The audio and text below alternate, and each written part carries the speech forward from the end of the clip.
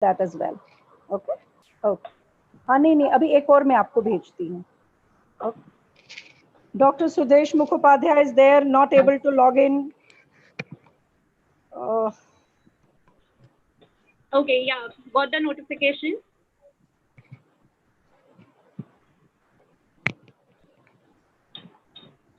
Do you see the video? Yeah. Yes. Ma'am, we are live. So I'll let the people in now. Yeah, please do. It's already past 4. People are joining.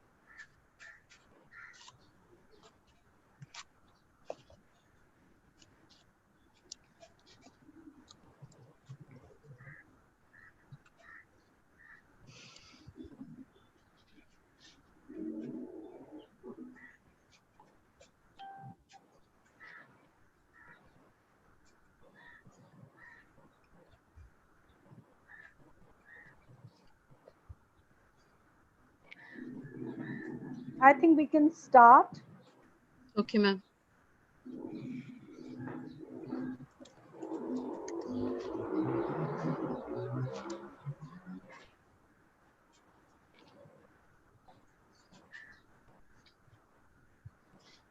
Hello and welcome everyone to the final session or the final webinar for the Professional Development Buffet for Professionals. Very exciting session for us. We apologize for the slight delay in starting, both to the participants here at Zoom as well as all those who are joining us on YouTube. Just a few things that we have oft reminded for the last 14 webinars. Please remember to keep your mics on mute and your videos switched off for the duration of the webinar. Those who are on YouTube, please do post all your questions and queries in the chat. We will pass them on to the resource person. All those who are here in Zoom with us, use the chat to post your questions.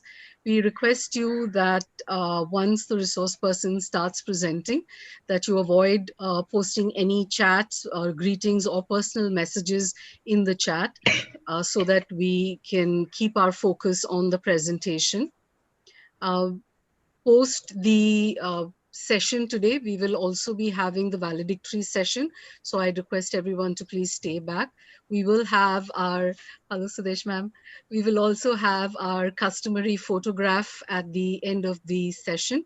Feedback links will be posted once the entire the session has been completed. That means post the presentation, post the valedictory session, as well as the secondary celebrations that will be shortly announced. Our resource person for today has joined us, and it is my honor and privilege to be able to introduce her to you. We have our presenter for today is Mrs. Apurva Panchikar. She is a special educator, teacher educator, and counselor. She has been teaching students at the undergraduate and postgraduate level at the Department of Special Education, SNDT Women's University, Mumbai for the past 16 years. As a special education teacher and a counselor, she has worked with children with intellectual disabilities, cerebral palsy, and learning disabilities and their parents. As a teacher educator, she is involved in pre-service and in-service teacher education, where she works with teachers from special schools as well as general schools. She has been a member of various committees for development of curricula in special education, member of Board of Studies in Foundation course, invited member at the Faculty of Interdisciplinary Studies at the Savitribai Phule Pune University, and member of Equal Opportunities Cell at the SNDT Women's University. Mrs. Panchikar is invited on several platforms to deliver talks on disability and pedagogy related topics. She has undertaken numerous researches and has presented them at national, regional, and international conferences and seminars. Her 2 papers have received the Best Paper Award at conferences. She has developed study material in the area of special and inclusive education for universities like SNDT Women's University, Indira Gandhi National Open University, IGNOU, Yashwantrao Chavan Maharashtra Open University, YCMOU, Netaji Subhash Open University, NSOU, and various other NGOs. She has also contributed chapters to many edited books. Panchikar ma'am, welcome, and we look forward to your presentation on the topic I Make Me, Reflective Practice for Personal Development. Over to you. Thank you so much. Thank you so much, Betty. It is my immense pleasure that Dr. Mahan felt that I could shoulder this responsibility of bringing closure to our web series, the webinars that you are having, and the buffet that we have laid down for all the professionals here. So thank you, Dr. Mahan, for entrusting this huge responsibility on me. She didn't let me speak my line. Betty, you didn't let me speak my line, which I always request you to let me do. I'm so sorry, ma'am. Yes.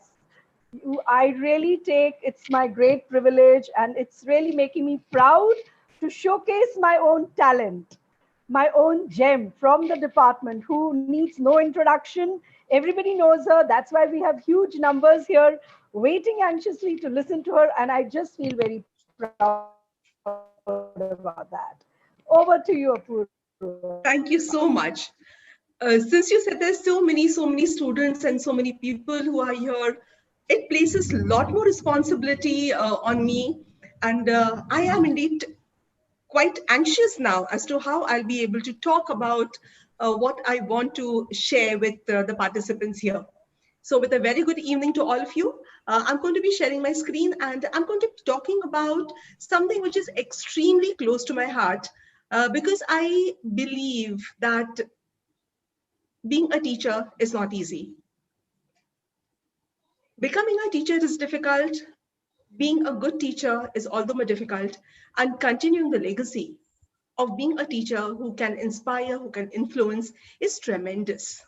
So these are my little thoughts on I Make Me. So just let me share the screen.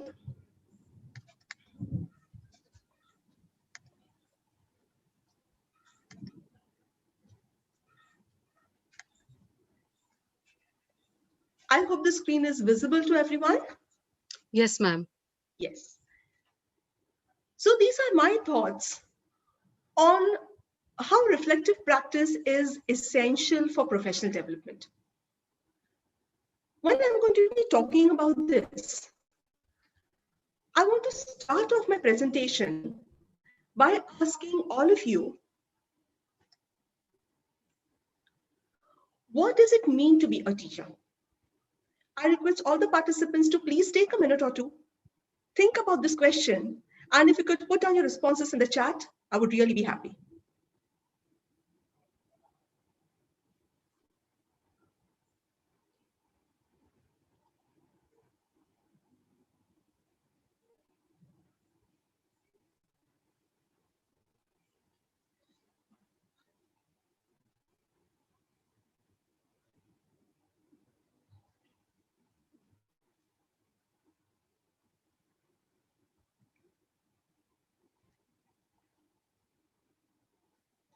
Okay, Grace. So you say to be a teacher is to be a lighthouse.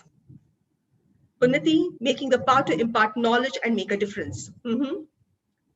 Dr. Ban says to be able to influence and inspire, and be, in my definition, is her definition of a good teacher. Taking on responsibilities, absolutely. Can I have a few more of your ideas, because you are teachers or you're teachers in the making. So I'm sure that when you're here with complete understanding as to what our field demands. To be a guide and a mentor, to be an advocate, to be able to give something to society, to be learning more while teaching, amazing. Well. I have so many of you are talking about being a facilitator, being a giver of education. But I wonder how many of you have actually thought about that being a teacher is being a professional. We all have just considered being a teacher as being someone noble, as being someone who is going to, impart knowledge, who's going to spread light where there is darkness. But how many of us actually look upon ourselves as professionals? And according to me, this is the very first thing that we all need to do, is to change the way we look at ourselves. We need to believe that we are professionals. And I think, when we say that we are professionals, it is amazing and it is so truly wonderful that our Prime Minister Narendra Modi, he felt that this is something that we can all go by. We can all have our own logo and we can take it with pride and say, I'm a teacher because I am a nation builder. And when I am building this nation as a professional, what am I doing? Because as a professional, there are many responsibilities on me. There are certain behaviors which are expected of me. There are certain things which I'm expected to do with respect to society. So when we say that it's a profession, it is a profession to be a teacher, we know that it is an intellectual activity which involves self-responsibility. I'm sure none of us ever are in that space where our minds are blank, or we are never in that space where we just wake up and we say, hey, I can just enter class and do what I like. It involves a lot of intellectual activity. And I'm saying this not because I'm in higher education, but I would say that for any teacher who works with any child at whatever age, at whatever level, be it a teacher in special ed, be it a teacher in gen ed, be it a teacher across anywhere. A profession, it is a learned, non-recurrent, non-routine activity. I'm sure all of us have experienced this as well. No two classes are the same, ever.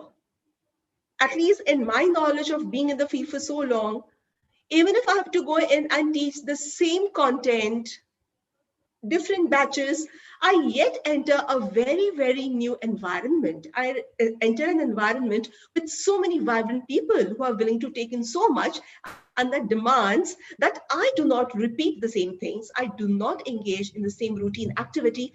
I reinvent. Being a professional, it is a practice. It is not merely theorizing or speculating about something. It is not an armchair activity. I cannot just sit there and think about, so what now then? What does this theory say? How will this do? What will happen next? It is not just theorizing. I'm a practitioner. I'm a practitioner who lives in the classroom each and every day.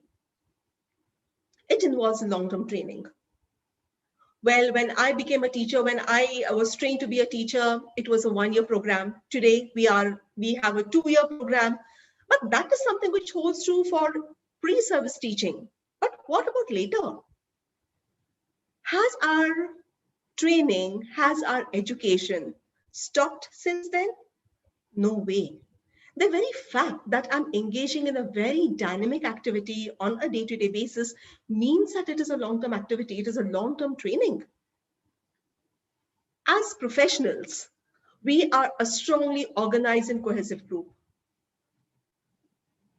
This particular webinar, all of you who are participants to this, we all are witness to the fact that we are a cohesive group. This cohesion is defined by we wanting to share ideas, someone wants to take ideas, someone wants to collaborate, someone wants to connect for whatever reason. But we all are on the same page, and we are a highly organized and cohesive group. Nowhere would the responsibilities of a teacher be different. All of us have similar responsibilities. It is an altruistic activity leading to invaluable service to the community. Of course, it's a noble profession. It is noble because we are nation builders. It is altruistic. There is nothing in store for me. I am here because you are. I am a teacher because there are students. If there were no students, if there was no community need to change, I wouldn't be there. I wouldn't be needed.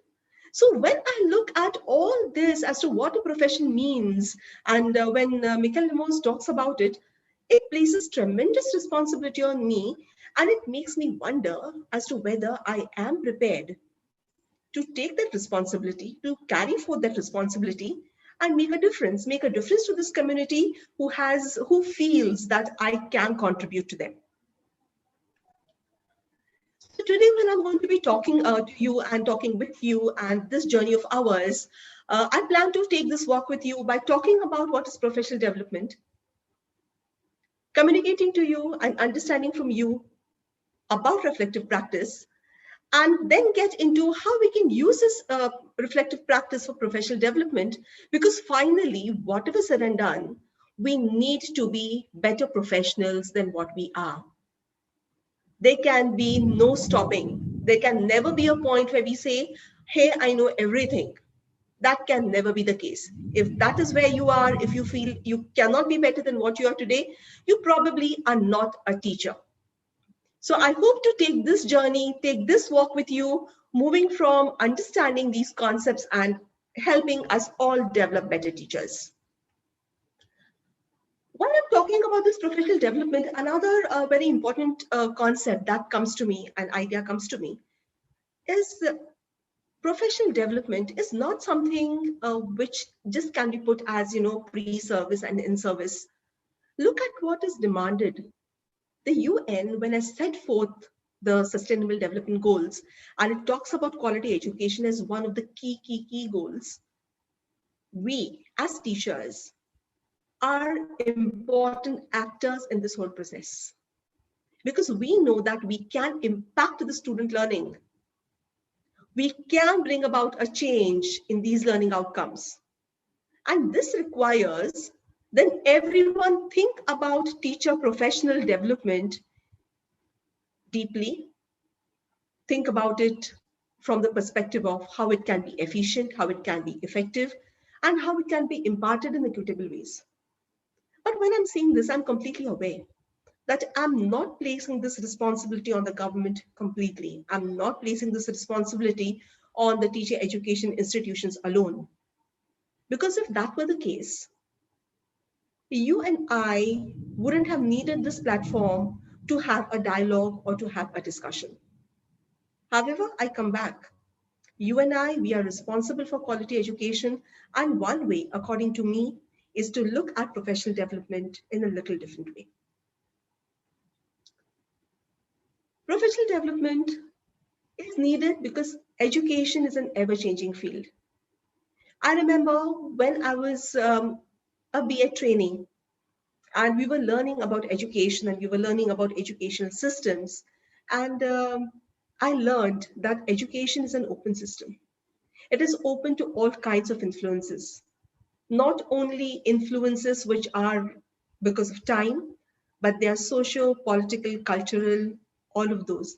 And when we are looking at the COVID-19 situation now, and because of that, the n number of changes that have ensued, one is forced to look at professional development as a concept again. All of us have adapted to this change. All of us have started doing things differently than what we were doing prior to March 2020. We have done it. How? Why? And all of us will say, oh, it was needed. We had to. But I'm so glad to say that we could do that because somewhere deep down, we believe in professional development. So education as an ever-changing field, this does not hold true only for the gen ed system. It also holds true for special ed. And I think it is very important because any special educator would definitely look at what are the guidelines, what are the things which are being said by the National Association of Special Education Teachers. NACIT, as we are aware, it is an association and it works towards providing resources to specialty teachers, making them more resourceful by accessing these resources, giving us certain guidelines for working with children. So even NACIT says that these three principles of professional development are so crucial. We need to realize that student learning is directly affected by teacher competence. So as a specialty teacher, if I'm not able to bring about a change in student learning, and whatever is the severity of the child or whatever is the degree of the student support that is essential, if I'm not able to bring that out, it has got nothing to do with the student, but it has to do with me. It has to do with me not being competent enough. Teacher competence is enhanced by ongoing professional development and continuous learning. But that's so wonderful that if I'm not being able to reach out to the children at this moment, I can change. I can undergo training. I can look up resources. And because that is possible, and because that can be done, I, as a teacher, am like a student. I have to be a continual learner. So these three principles are so crucial, which continuously places me as a teacher in the same spot as a learner. A teacher and a learner are not different. They cannot be different. There can never be a time when you say, I know everything. I've been trained as a teacher. I've been working as a teacher. And now I am training teachers or training students to become teachers. So I know it all.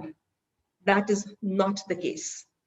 So irrespective, you look at any platform, you talk to any individual, you talk to organizations, and you will realize that everyone says and everyone believes that all teachers are continual learners. I think that is one thing that we need to probably feed back to ourselves. That as a teacher, I am a continual learner, and because I'm a continual learner, I can develop myself. The same thoughts have also been listed by OECD. Now, as you can see, I'm giving you a reference of 1998, and you may wonder, oh God, this is like, so outdated, 22 years back. But believe me, when I'm talking about what is a need for professional development, the needs haven't changed even today.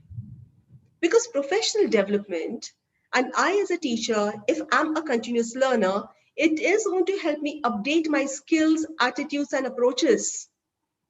It is going to help me update knowledge. Professional development is going to help enable application of changes which can be brought about by newer educational policies. It can be changes because of changes in curricula. It can be changes because student needs have changed. It can be because parental needs have changed or parental expectations have changed. When I'm then looking at professional development, again, it will help enable schools to develop and apply new strategies. It can help exchange information and expertise, and it can also help weaker teachers. Professional development, thus, is, according to me, the foundation on which teaching learning community is built. It is the foundation on which, or it is a platform, I would say, on which I can hold the hand of a teacher who's an expert, who's better than me, who can offer me that guidance. Maybe my being a sage on the stage, or it can also be walking the same journey with me, but irrespective, we need it all. Professional development does not have to do with knowledge only. We as teachers, we have always learned, and we have practiced that in classrooms as well. We need to be looking at three taxonomies. We need to be looking at the cognitive taxonomy, the affective taxonomy, and the psychomotor taxonomy. It would be inappropriate, it would not be fair that as a teacher, if I focus only on updating my knowledge and not let it translate into practice by checking, by examining my attitudes and my approaches. So I think constantly that the need for professional development has been ascertained time and again by various organizations, by various bodies, and by each one of us, because I'm sure at least at some point we have felt, I don't know enough and I want to do something about it.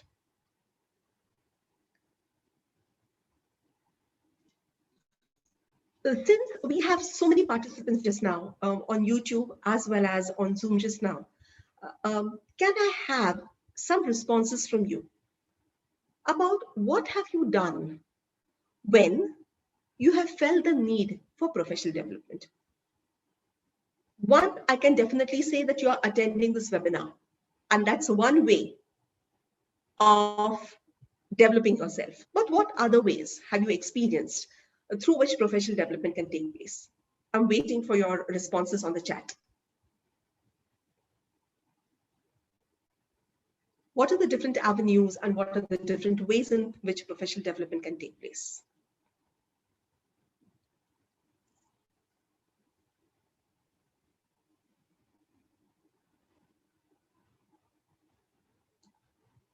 Yes, Archana, by attending seminars, you're right.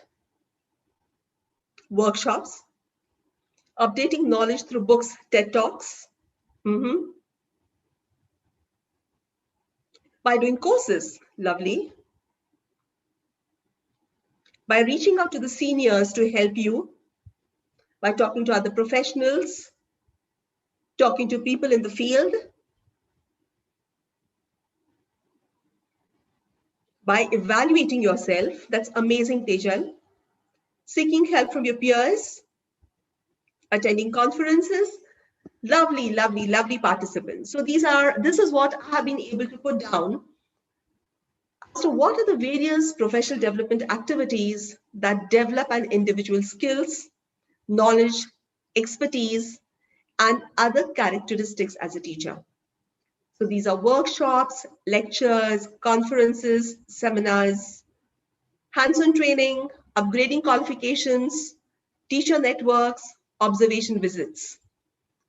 Though quite a few of these have been listed by you, I wonder how many of you have looked at observation visits as a very, very important avenue through which professional development can take place.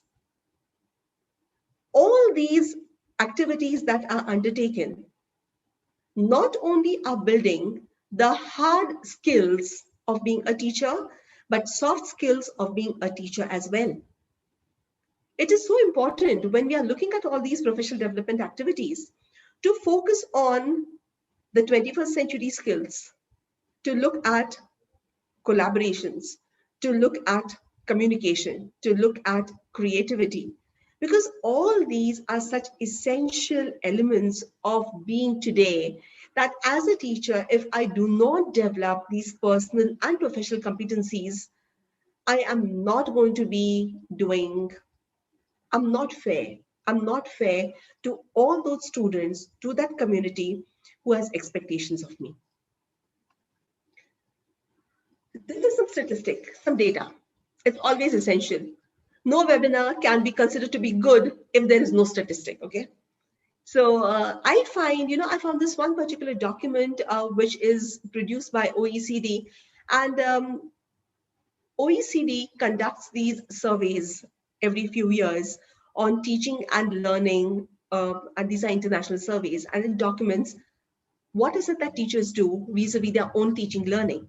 And though what I'm showing you here is talking about the characteristics of effective professional development as having experienced by teachers in the lower secondary sections, I feel that these are applicable to teachers across, be it in the primary school or even in higher education. So according to these teachers, effective professional development, so it can be through any of these modalities, right? Any of these modalities that you're looking at. However, if the focus is on content, it is effective. If these activities provide for active learning and collaboration opportunities, it is effective. If it is for a sustained length of time, it is effective. And if it is embedded in school, so here when I'm talking about school, if I scale it up probably to higher education, I would say it could be a part of a university system or a college system. So it has to be in that particular context. if you have content focused professional training, which involves active collaborative practices for a long period of time, and it is based in your context, professional development is going to be far better. It is important for all of you to think about this for a simple reason, is that we have n number of opportunities today to engage in professional development. Because of COVID-19, all of us have gone online. All of us are attending so many webinars, including this one. You need to be conscious. You need to reflect. You need to examine as to what these webinars are actually giving you. Are you doing the webinars only because at the end of it, you want to have a huge bag of webinar certificates? Or are the certificates important to you? Along with that, is the knowledge acquisition? Is the listening to different people and thus changing your attitudes, expanding your horizons, is that important to you? What is it that is crucial to you is a question that you need to answer for yourself. Of course, content focus is so crucial because even then, even in 2007 and 8, and I would say even today, these seem to be very important areas which require professional development programs to be organized. Many of them had said that teaching special learning needs students is important for them.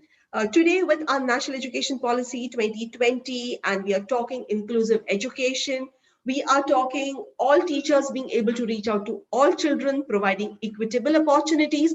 It becomes imperative that we understand what special needs are and how do we reach out to them. Because of COVID, we have been pushed into ICT. ICT also important because of inclusive education. We are talking differentiated instruction. We are talking UDL. We are talking about collaborating learning strategies. When all this is essential, you look at the whole list of the contents that were considered to be important in 2007 and 8. And I'm sure that nearly all of you will agree that all these needs hold true even today.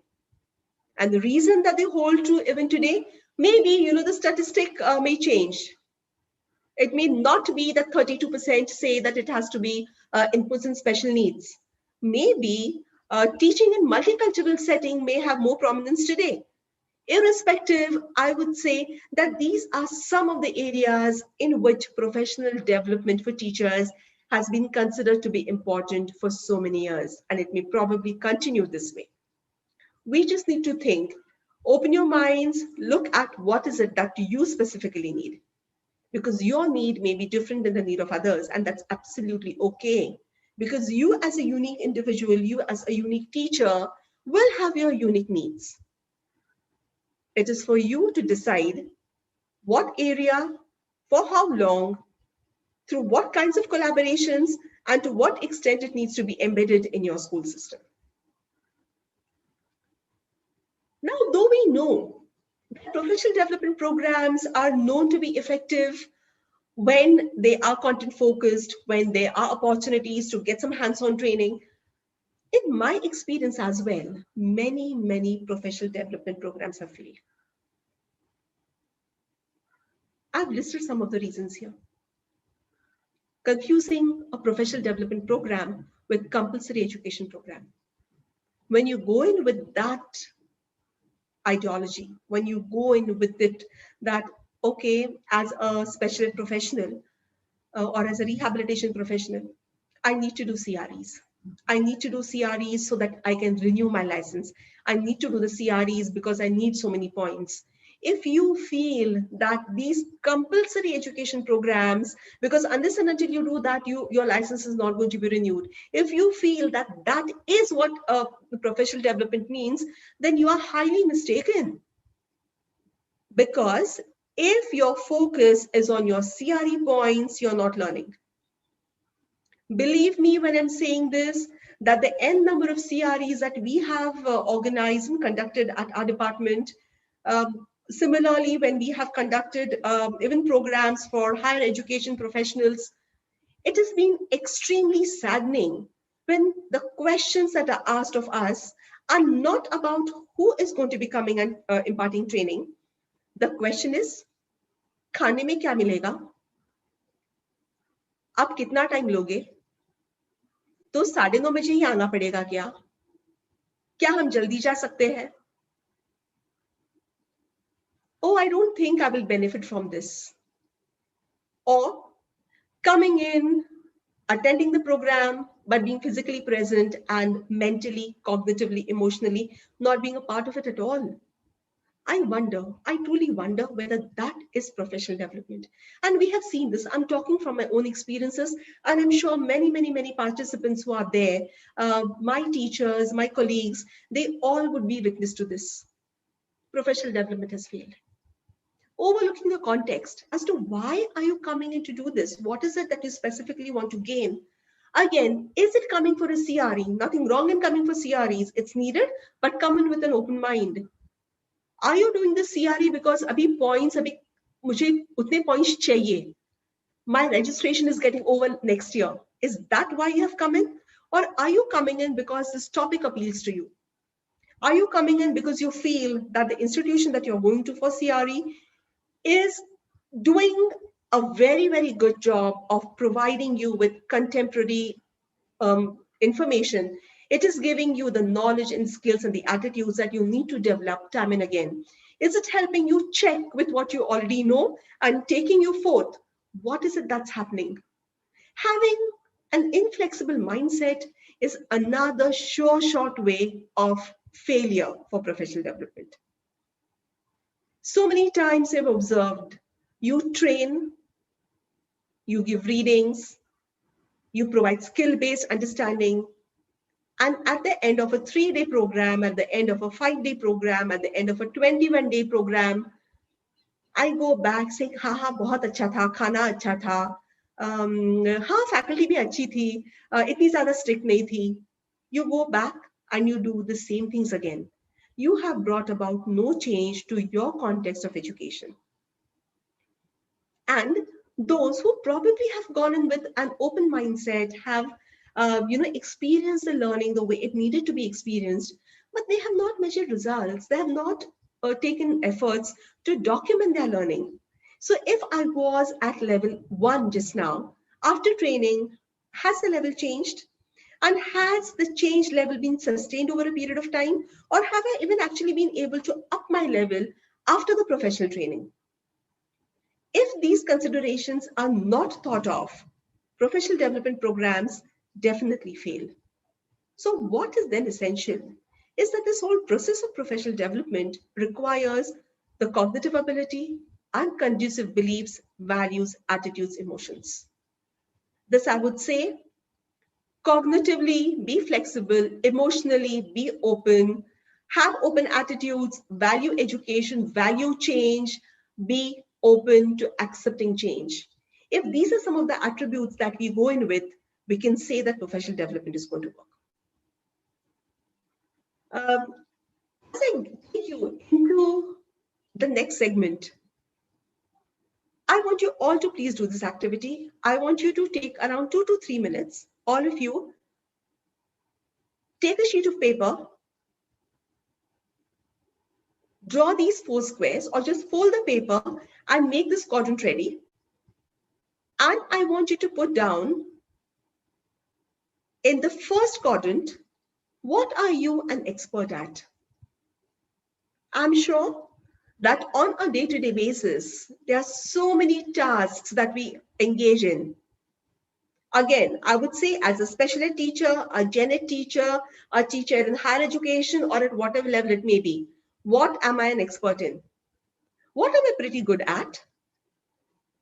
What am I okay at? And what is difficult for me? I want all of you to please take 2 or 3 minutes to think and put down these ideas on a sheet of paper. I do not need to know this at this point, so it is only for you.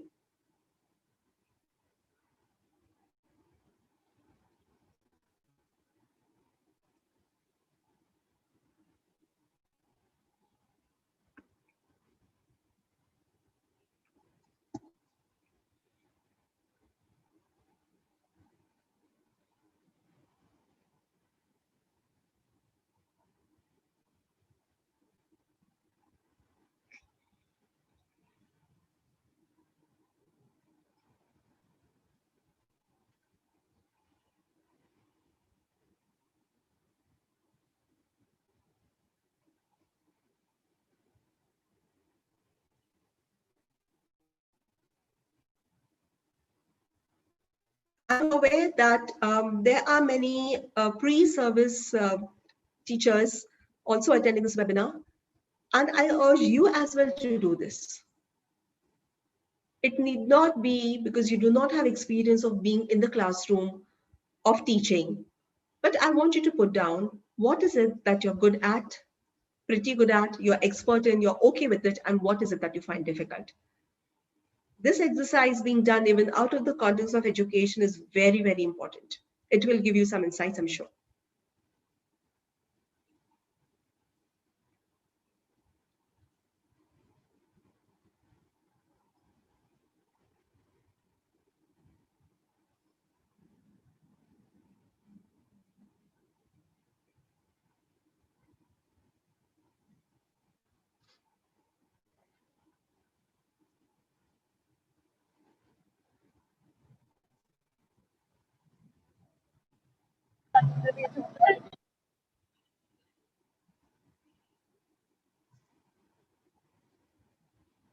Another maybe 30 seconds, participants.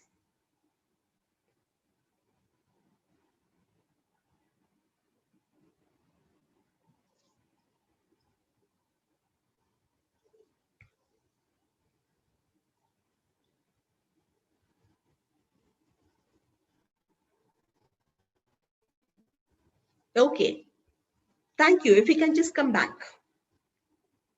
I'm glad and I'm happy that you have put down your thoughts.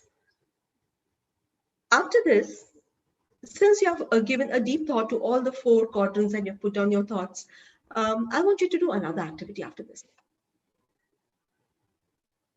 We will be putting you into groups. Betty ma'am will put you into groups in Zoom. And those who are on YouTube, you all may probably think about your answers on these lines. But as a group, I want you to discuss amongst yourselves about why you are an expert or pretty good at the listed activities, why you are okay at certain activities, and why are some activities difficult for you. What have you done to get better at these activities that you're okay at or you're finding it difficult? What has worked for you? What has not worked for you? And what and how did you feel then when you were not able to do certain things and now that you're able to do it now? Right? So these this slide is going to stay right up here. So you can keep coming back and looking at this. However, we will get into group. Betty ma'am, will you be able to break out into the rooms? Can you put the participants I there? will set it up right now. Okay. Um, And we are going to be doing this. I give you around 5 to 7 minutes. Because you're going to be talking to each other, you will be able to come up with a lot more understanding about where I'm taking you after this. So this will be for 7 minutes. After 7 minutes, the breakout rooms will close and you will be coming back to the main meeting.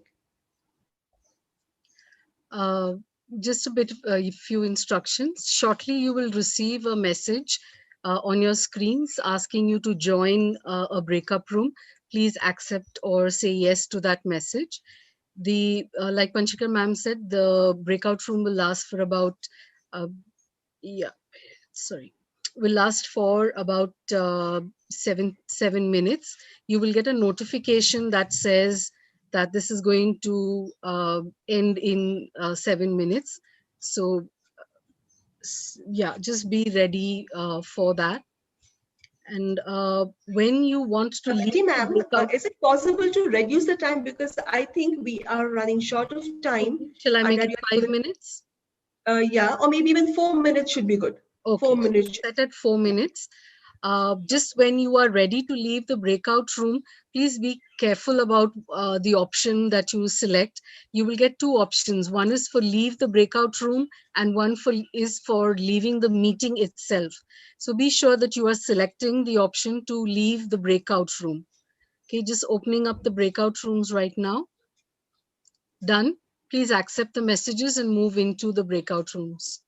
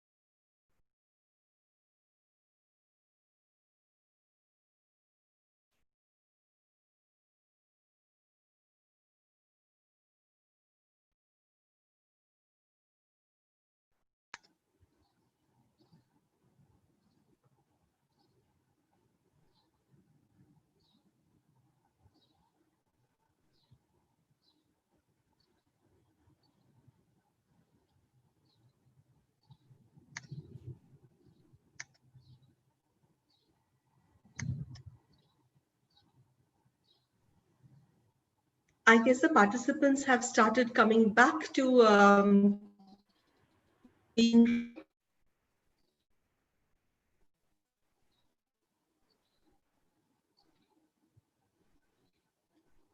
Yes, I can see the number of participants are increasing in the main room now. Yes, ma'am, the breakout rooms have closed. Okay, I guess everyone is back, or if there are a few more, they will be coming back.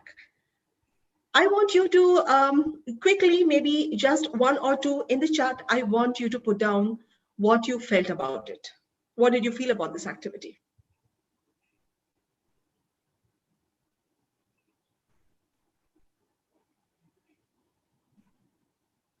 Ma'am, all breakout rooms have closed, so everyone's back here.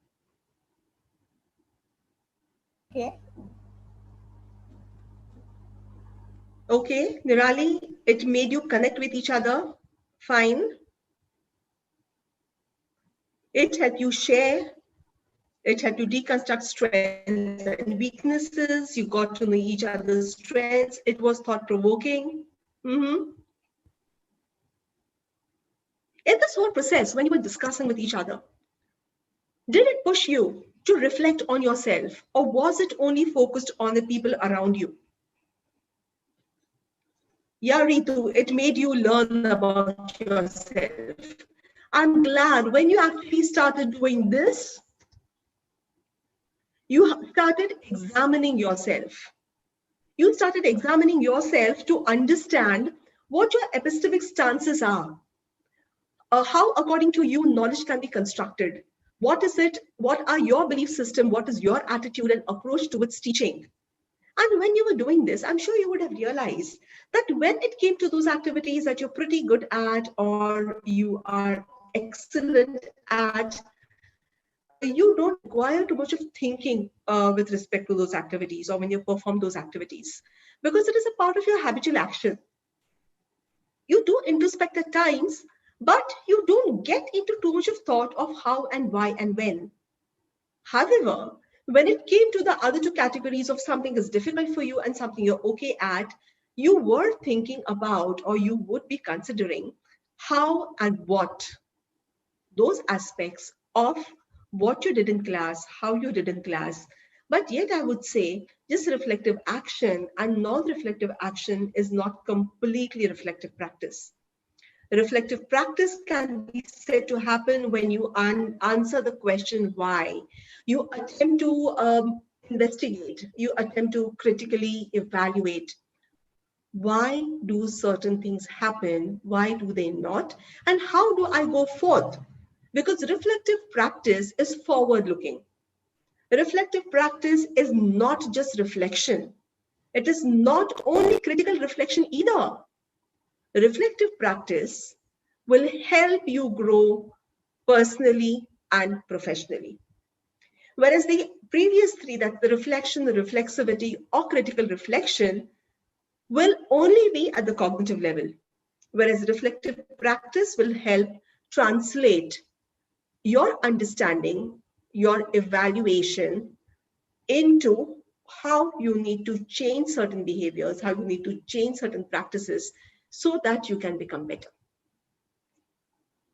What is thus, according to Finlay, when you engage in reflective practice, you're learning through and from experience to get an insight of yourself and of practice. So there are two objects of your critical understanding. It is you and you in the situation and that interaction, because that interaction is something that you can change. I really think that it is important for us to look at certain frameworks that will help you engage in reflective practice. Because when you start looking at your practice in the class as practitioners, what am I doing and what am I not doing, that will reflect in my philosophy as a learner. And when I'm saying a learner here, I mean learner as a teacher. What am I doing as a teacher? So I can have reflections in action when I'm in the class. I consider the situation, I act upon it immediately, but not impulsively by giving adequate thought to it, to bring about a change in the here and now. But it also becomes important at times that I reflect on the actions, and this is going to happen outside the class or outside the situation, where I reconsider the situation and I think about what needs changing for the future. Because as I've said earlier, reflective practice is thinking for the future.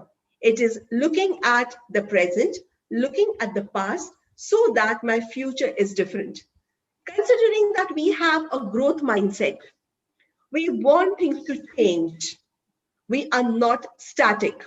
This grow framework, which is a framework for reflection on action, can be considered to be one way through which we can start becoming reflective. Grow stands for goal, reality, options, and way forward. There are a whole loads of questions that you have to ask yourself, which will take you through this process and which will help you truly grow. So when you ask questions about your goal, you would want to understand what has given you success. What is the evidence for it? What are my strengths? What do I desire to change because it is a challenge for me? How will my lessons look or feel different if I do it? So what is it that I desire? And because there will be so many things I desire, because as a teacher, I'm constantly evolving, I will have many goals. But I need to be very realistic by looking at one goal at a time, because if we take too many goals, we will not be able to achieve anything. So I think we do talk about SMART goals. We need to be looking at SMART goals, even in case of reflective practice. You need to look at reality. So what actions have you tried so far to initiate any change? When you did the 4-quadrant activity and the little discussion after that, it would have given you some insight into the reality checks and also what options you have considered. And through those, you would come to the last, the W, that's the way forward, as to which of the ways above seem most realistic at the moment. I may have high and mighty and lofty ideas, but I can't achieve that in the immediate future. So I need to look at how can I prioritize my goals? And do I have the capacities for it? What kind of resources am I going to need? Who can be that resource? Is that a financial resource? Is that a person resource? Only if I'm able to chart these specific steps will I be able to grow, literally grow, using the GROW framework. To start off, how grown you are or how reflective you are, it is a good idea to look at this self-assessment checklist. Rather, it's a rating scale. When you engage in this self-assessment, yeah, just right. Okay. So I hope you are able to see this. So there is this checklist that you can use and you can see how reflective you are. It's not visible? Okay. No, ma'am. Right. Just 1 minute. I'm going to pause share and I'm going to switch to something. Or I'm going to.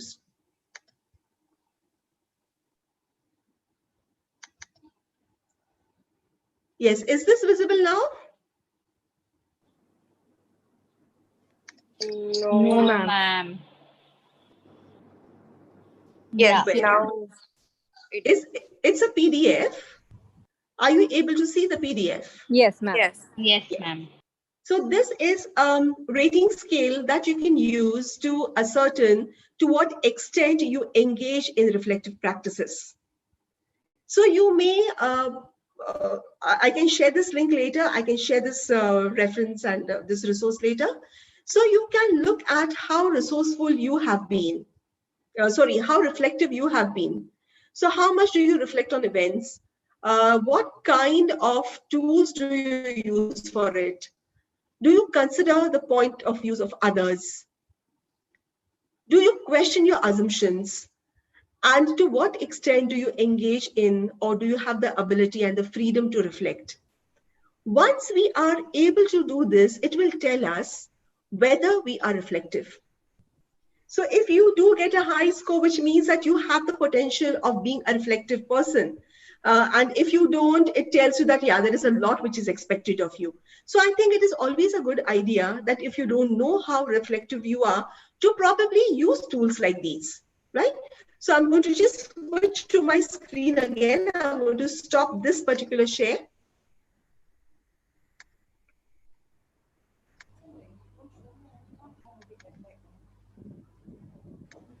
I've explained it to you. Okay, so I've come back to the PowerPoint. Is this visible to you all?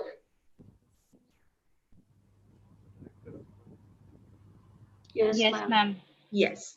So you can use the self-assessment rating scale, ascertain to what extent you are you engage in the reflective practices, and then you can start creating your individualized professional development plan. I think, as special educators, we are so much into IEPs and ITPs and IFSPs that we are enthralled by the whole concept that something needs to be individualized. And thus, I think we can help create an individualized professional development plan. And how do you go about doing it? You state your professional activities and roles. You assess your skills and knowledge. You can use the self-assessment checklist or the self-assessment rating scale that I showed to you, or you can use any other measure. You can use any other tool to do that. So assess your skills and knowledge. Then you set goals which are personal and professional. One would wonder as to why would personal goals be set here? When I'm a professional teacher, my personal goals and my professional goals cannot be very different. I want to be a thinking person. And when I'm working on being a thinking person, of course, I'm going to be a thinking teacher.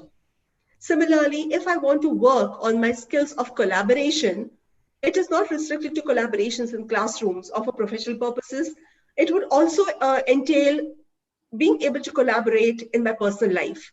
So I think that, as a teacher who's a professional, not just a teacher, I cannot have professional and personal goals which are distinct from each other. So you look at setting these goals. Then you create an action plan and you document evidence. This, according to me, is a very crucial step. It is as crucial as we documenting evidence for our children with special needs when we develop an IEP and as we keep revising an IEP. You can start by looking at some of the needs which are immediate in nature, because these are the needs today. What are the needs that I have vis-a-vis, or maybe I need to use ICT, maybe I need to look at using collaborative learning practices. So what additional skills do I need? More than what I already have. Then how am I planning to acquire them? When will I acquire them? Will it be when I'm on the job? Will it be when I'm able to take leave? Will it be an on duty? When? When do you estimate it to be accomplished or completed?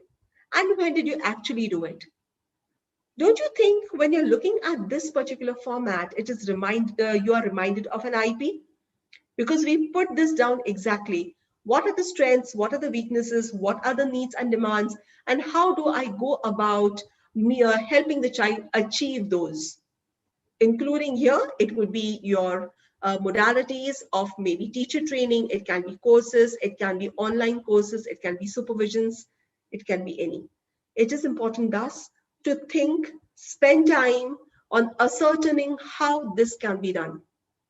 Because believe me, if you're able to plan well, it is like a blueprint. You have your blueprint, it is just a matter of action and you will engage in the action. Similarly, look at long-term goals. As a teacher, I am a continual learner. And thus, I don't only have to think about what is my need in the here and now, what is the need for another month, but where do I see myself another 3 years down the line, 5 years down the line? Am I looking at a change in my leadership role as a leader in the class to maybe as a leader in my school or in my section? Am I looking at being a leader to influence change even in community? Where do I see myself? Because when I'm able to chart out that path of career development, it will help me chart out the path for professional development. So look at what is important to you in your career. What are the additional skills or tools you're going to need? And then again, how are you going to acquire them? When will you do it? And have you actually done that? For me personally, looking at this whole charting out or developing an individualized professional development plan has to do a lot with my philosophy as a teacher. Do I believe that I am a facilitator? Do I believe that I'm a change maker? Do I believe that I'm just a resource provider? Where do I see my role? Because depending upon what philosophy I identify with, depending on what philosophy I accept, I will plan my career path. I will plan my professional development goals. So you need to be able to tie your professional development goals with your personal philosophy, with your philosophy as a teacher. And I think when you are able to do that, you don't just remain a person who sits and thinks, who sits and contemplates, but you become a person who starts creating a path by oneself, by sculpting oneself. So from being just a teacher who's a thinker to being a person who's creating oneself. I think this journey is very crucial, and this can happen only when you start engaging in reflective practice for professional development. And when you do this, I think it will make me, I make me. Thank you so much for all your kind attention. I had exceeded the time by a few minutes, and I apologize to you for that, but these were my thoughts. So thank you. These were just a list of references. Thank you so much. Thank you, ma'am. Very thought-provoking question, which will actually evolve into Betty ma'am, we can't hear you. yes, I Mrs. Panshikar, that was wonderful. That was really wonderful. I think what I'm taking away from this webinar is I reflect on myself, I reinvent myself, I reaffirm my belief in myself, and I continue my ride. I think that's the essence of professional development. And you have every participant here, as well as in YouTube, who will go back and how they can set new goals for themselves and continue this ride of professional development. Thank you. I just want to say one thing. We are already running short of time, so we will not be able to take any questions now. But we can, you can post the questions in the chat box. We can take the questions, and Mrs. Panshikar will be more than happy to give you answers at a later point of time, if that's okay with everybody. Thank you so much. Yeah. And I will request Betty, are you there? If you can take it forward, over to you. yes, ma'am. We'll start with our next program. I also want to acknowledge the presence of Dr. Smriti Swaroop, our former director. She's been in the webinar from the very beginning. So thank you so much, ma'am. Professor Sudesh Mukhopadhyay, she's been there with us throughout. So thank you so much, ma'am. Professor Preeti Verma has been there with from the start. So thank you very much. And Professor Anita Julka is already there. So without much delay, I think we should quickly start with our valedictory program. Betty, over to you. Yes, ma'am. Thank you. Betty, your voice is very low. We can't hear you. Or is it just that I'm not able? Can you hear me now? Yes, Anita ji, we can hear you loud and clear. But Betty, you are sounding very feeble. Just check your sound. Yeah, my sound is fine. I think you are sounding low. No. Anita ji, you are perfect, but Betty is not sounding proper. Her voice is very feeble. So Betty, is there some problem there? No. You're still very feeble. You're still very feeble. I'm not sure what the problem is. No, we can't hear you. We can't hear you. Anyway, never mind. I would request our two participants who have been, attending all our webinars to come forward, share what this professional development for the buffet for the professionals was all about, so that Professor Anita Julka will get, a background of what it is. But before that, I would request Yukti, if you can formally introduce Professor Anita ji. Yukti, can you do that? If no, we can't. We can't hear you. You're very feeble. Can you Just give me a minute. Give me a minute. Yeah, I'll do yes, that. or you can request Mrs. Panshikar, either of you. I would like you to introduce Professor Anita. Yes, ma'am. Give me a minute. Yes, please.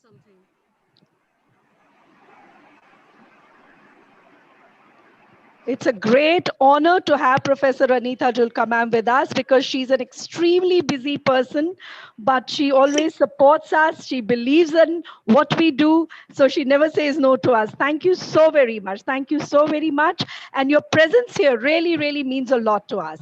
It's my pleasure. You know, we are too busy with this MEP thing. I know. So, I love the academic thing I see here and experience with you. Yes. But somehow we are more now in administrative work than. Yes.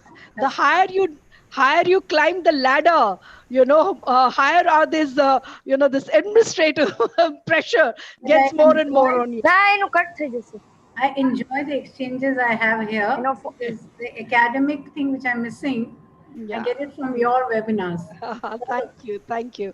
Yukti, are you there? Are you Yes, able ma'am. to do Yes, it? ma'am. I'm ready with it. Okay, please start. It's Go ahead. my honor and privilege to introduce Professor Anita Julka ma'am. Professor Anita Julka ma'am is the Dean and National Council of Educational Research and Training, Delhi, India. She is involved in various research, training, development, and extension activities, including the major programs of Government of India, the Sarva Shiksha Abhiyan SSA and RMSA, and now Samagraha Shiksha, and providing consultancy for developing state plans and vision for inclusive education. She has also developed 2 vision documents for the state of Jharkhand, Kerala, and Orissa. She has published a number of books, the recent one being Index for Inclusion, including children with special needs primary level and including children with special needs upper primary level, both in Hindi and English, which are being extensively used for capacity building in states under the SSA and RMSA. Also provided significant inputs from the perspective of inclusive education for the National Curriculum Framework 2005 as a part of the National Steering Committee under the chairpersonship of Professor Yashpal, RTE, as a part of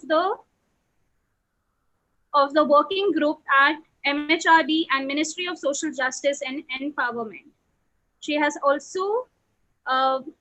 also a member of various committees like Niti Aayog for Developing Vision 2030, Core Committee of National Human Rights Commission, Research Advisory Committee, National Institute of Empowerment of Persons with Visual Disabilities, Dehradun, and Committee of MHRD to develop guidelines for gifting.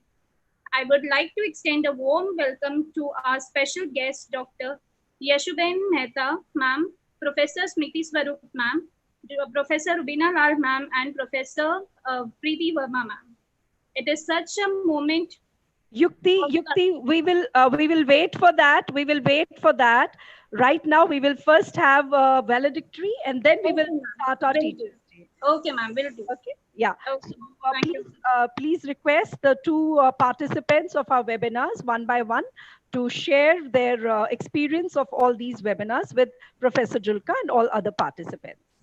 So I request our participants to formally share their feedback, whatever they have learned from our webinars. I would like to invite them. Is it Grace who's coming first, Grace Daniel, or is it who's coming first? Is it Grace?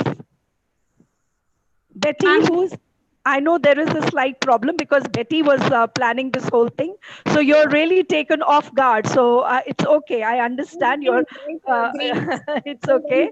But I think it will be either Grace or is it, who else is there?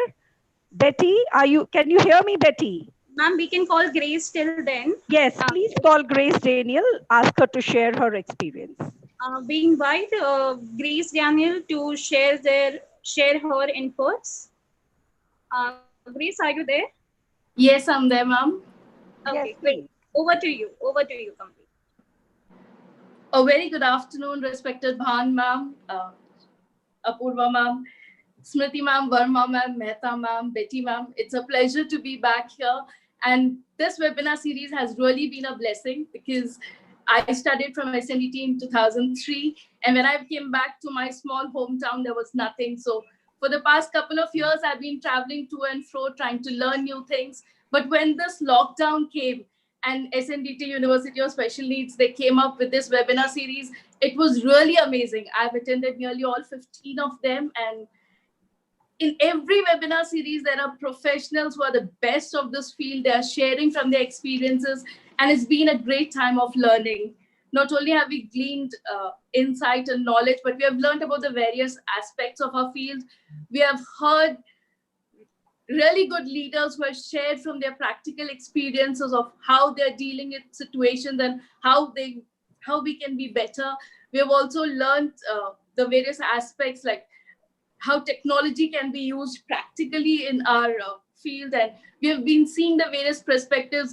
It has really opened up my mind that, my goodness, our field is so multidimensional and there's so much more to do. There's so much more we can expand. And today, like Apurva ma'am shared, the reflective practice, I think the word just takes on to me. And really, after these 15 sessions, I'm so grateful. Thank you for putting it on YouTube, ma'am, so that we can go back and keep seeing and learning and reflect on what we have learned. I'm just so grateful to our Department of Special Education that you have made so much of knowledge available to us, and it's a buffet, I can say. Thank you so much, ma'am. And it's a pleasure to have and an honor to have all my professors of those years back here. So thank you so much, ma'am. Thank you so much. Please introduce yourself, Grace. You yourself have achieved a lot in life. You have been our student years ago and you have come a long way since then. Tell us briefly what you do. Let the participants know. Thank you so much, ma'am. Whatever I am today, it's because of the Department of Special Education, SNDT, and all my wonderful professors. I'm a special educator. I'm presently based in Jalandhar, Punjab, and I'm heading the Department of Special Education in all the Cambridge schools. So we have a Department of Special Needs there. We are working on inclusive education. I'm also the founding director of a small NGO called I Care Rehabilitation Center, where we focus on adults with disabilities to provide rehabilitation services, because our state, Punjab, is a bit lacking in all those things. So we're just trying ahead with it. I'm an internationally certified brain gym instructor. There's nothing much to say in front of all of you, but thank you so much. It's a pleasure. A lot. Yes. Thank you, Grace. Thank you so much. I would like to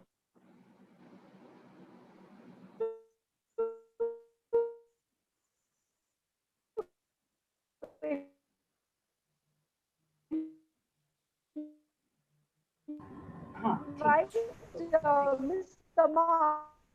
Miss Tamar, are you there? She can hear me. You know, this is the problem when you have, there she is. There. Yeah, there was a small problem. I'm sorry. No problem. Please introduce. Nice to see you. Okay. Yourself and then share your observation. Okay. Well, I want to tell you something very simple. Okay. We are very used to look at mathematics like a separate discipline. And I think that this seminar, these 15 meetings, told everybody how important it is to have a system, a way of looking around learning and teaching in a way that enables also the teacher, the mathematics, and the student be present. And there was every meeting gave us something very, very important. I start with Anita with the ideas of accessibility, how to make. Then there was the other session on resilience, and then the other session on drinking water, and the other session on how to do this. Every session, integration, every meeting brought a piece of the puzzle. And I think that this is a great contribution to education and to training. This approach you are bringing with the wide look, the complex system look of a situation is something that must be, well, congratulations, cherished, and we have to duplicate it. We have to repeat that because this has been a very good opportunity for everybody to understand that you cannot look at a small part of the problem. You need to look with a wide angle, what is going around, what is happening in Corona, what happens with the parents. We had that meeting with the parents, everything. I enjoyed every webinar. I thank you very much for inviting me to participate. And I do hope that we can move things forward in a way that everybody will be able to get benefits from your wonderful work. I'm very, very happy to have known you. And I do want to do anything I can do to support the wonderful work you are doing. Thank you very much. Thank you so much. She had done a wonderful webinar on math magic. She's a mathematician and she has great many years of experience of working with children with intellectual disabilities. And she had put it across so beautifully in such joyful learning that our new education policy is focusing on. And she gave us a wonderful example of that. And we are going to continue our association. We are planning workshops with her like that. There are many resource people who had come and done a wonderful session. Like we had Professor Dalton from Rhodes Island. We had Professor Susie from University of Boston, and from NAB we had, not NAB, from BPA we had Nandini Rawal, we had Professor Aluka Gua, so many of them. So right now we are running short of time. So I'm sure Professor Anita Julka ma'am would have got some idea what we set out to achieve through these webinars. I would say to great extent we have been able to achieve that. And now it's over to Professor Anita ma'am to just say a few words. Thank you. Good. Thank good. you. Thank you, Tama. We have good plans. This is the important thing. Yes. Thank you, Sujata. I am so glad to be a part of this valedictory function, and I could hear everything about what good has been said about this webinar. And also I looked through your menu and I found what we are talking about in NEP in regarding the recommendations. The whole time we are talking about the recommendations and what teachers should do, you have already covered them in your continuing professional development webinar buffet. I was going through it and I thought that the first thing which was very important in this NEP was basically to understand that we are talking about diverse learners and not disability only. So there we have socially, economically disadvantaged people and also children with disabilities. So then curriculum accessibility. So now you will be glad to know that there is a lot of talk about flexibility in curriculum, right in the chapter of curriculum and pedagogy, and also in the chapter of foundation and literacy, early education curriculum, and inclusive and equitable education. A lot of these about curriculum has been talked about, differentiated learning, and also about curriculum adaptation. Then we have also talked a lot in the NEP about the universal design of learning and how they are, how they can create a classroom to be an effective classroom.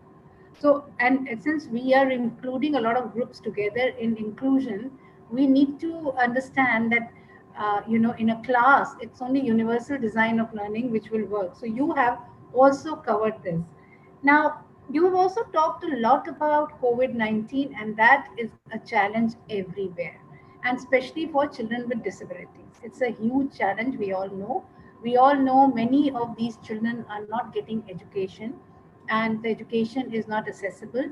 And along with it, a lot of talk about attitudinal barriers, because inclusion is always being a thorny struggle. I would say a thorny struggle, because there were so many prejudices, so many stereotypes, so many myths about people with children with disabilities, and so this is a struggle. So I am glad you kept COVID situation, which is a further challenge for our persons with disabilities as a part, and you've concentrated and focused a lot on that. And you also talked about learning disability and few subject areas. Now, learning disabilities, specific learning disabilities have figured, in a unique manner in this policy. And the reason I think was that they were not in the earlier policies. The earlier policies talked more about, gender, disability. They called them handicap. They talked about minorities and as separate groups. And this area of learning disability, where there was no statistics available, was, quite a lacuna was there, and a lot of groups were protesting. So this time, in addition to the disability as a whole, they have focused a lot on specific learning disabilities. And I'm glad that you took it as a part of this thing. Now, managing and lockdown, what I am concerned at present is that there is online, education going on, but how the quality is affected is the main concern. Because basically, online, and you've talked about technology in your webinar, which is a good section you've covered. But what I feel is it's a very good opportunity for children with disabilities if they are included in this online inclusion. At the moment, we are feeling that they are being excluded. But imagine a child who cannot walk to the school, a child with cerebral palsy, a child with locomotor, would have access to education sitting at home. So in any way, it's an advantage for many children to go access on online education. And I think we have to work harder on that, because I think many children are being excluded in spite of this being so beneficial for them. So the quality concerns are there. Our teachers still need to be sensitized to the pedagogy of e-learning, especially from the perspective of inclusive education. They are not trained in e-learning pedagogy. And I find that since they are making their effort, they are forgetting that there may be children who will need some much more than what is being done at the moment. So those kind of things, I think there is a lacuna, and we need to think about giving these children sufficient time. But they're not getting this sufficient time by the teachers, and access to teaching learning materials, probably through posts, speed posts, or also, now they have started, anybody who wants to come part-time to schools, they can come in the rural areas. They have already made that provision. Plus, the teachers also need support. So special educators and regular teachers collaborating together to provide support for e-learning of children with disabilities is important. um, in this thing. But since already you passed the time and I don't want to take too much time, I think the main thing is that we need to believe that everybody can be included. We need to think about an inclusive culture. And when our teachers have that belief and they are motivated, I think we can transform our education at present. Thank you. Thank you so much. Thank you, Anita ji. That is again, see, you are an ocean of knowledge. It's always nice to listen to you. There is always a lot of message in what you're saying, a lot of learning in what you say. And again, I want to thank you for always being there for us. Thank you from the bottom of my heart. And I'm sure all the participants will take some takeaway even from your small short talk. Thank you. So now we move. Thank you. Betty, are you back? Are you able to hear me, ma'am? Very well. Very well. Oh, good. Okay. Oh, good. Yeah. Thank you so much, Professor Julka, for those words. And it's definitely been a journey, and one that's been very fulfilling, and a lot of thought-provoking conversations and information has been shared over the period of, or the duration of, these 15 webinars. And I think it's really been a very, very beneficial and opportune experience for all of us to develop our own skills and to look further into how we can enhance ourselves and our skills to fit in better with this changing scenario of education, not only with reference to the COVID and the pandemic period, but also with the upcoming national education policy. So thank you, everyone. And I would like to also, say a special thanks to all our resource people, right from our two illustrious educationists who began the session or the series of webinars, Dr. Aloka Guha and Professor Sujata Ban, on the topic of embracing diverse learners.